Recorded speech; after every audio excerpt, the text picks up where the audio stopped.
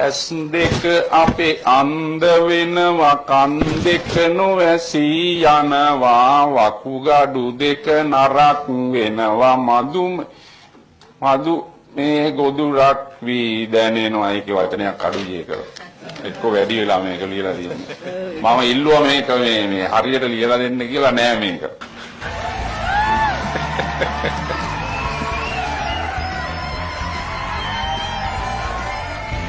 මොකක්ද වගේ නම? මෛත්‍රීපාල දිරිසේන. ඇස කීයද? දැන් 69යි. වා කොහේ ඉඳලාද? පොළොන්නරුවේ ඉඳන් කියන්නකෝ විස්තර ටිකක්. මම මේ ගමේ භාෂාවෙන් කියනවා නම් හොඳට කුණු වෙන්න බොන කෙනෙක්. Wow, really? Wow. එන්න මගේ ටීම් එකට. ගඳ ගහන්න බොන කෙනෙක්. අපටි අහා.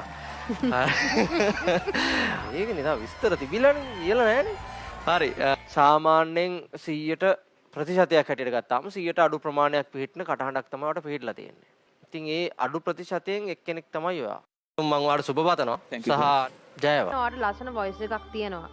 පොඩි දේවල් ටිකක් තියෙනවා. ඔයාගේ වොයිස් එක මම දන්නේ ඇයි ක්‍රැක් වුනේ කියලා.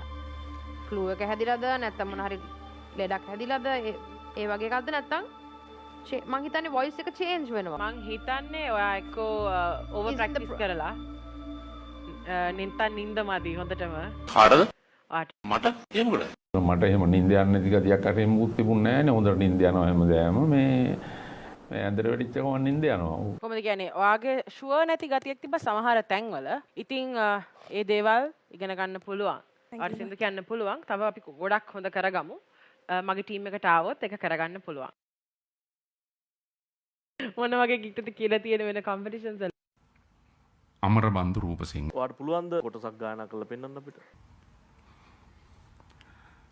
අමරබන්දු රූපසිංහ අමරබන්දු රූපසිංහ අමරබන්දු රූපසිංහ අමරබන්දු රූපසිංහ